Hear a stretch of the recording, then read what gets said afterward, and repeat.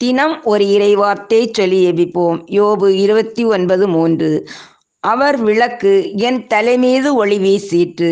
அவரது ஒளியால் இருளில் நான் நடந்தேன்.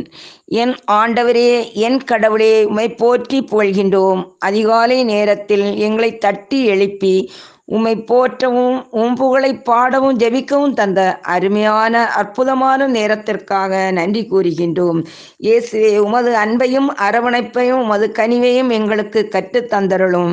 உமது இரக்கத்தையும் ஆசீர்வாதங்களையும் நிறைவாக பொழிந்தருளும். உம்முடைய வெளிச்சத்தினாலே உம்முடைய தயவினாலே இருளை கடந்து போவதற்கு உதவியாக வாரும். இன்றைய நாளில் இயேசுவே, எங்கள் வாயிலிருந்து வரும் வார்த்தைகள் ஒவ்வொன்றையும் ஆசீர்வதித்தருளும்.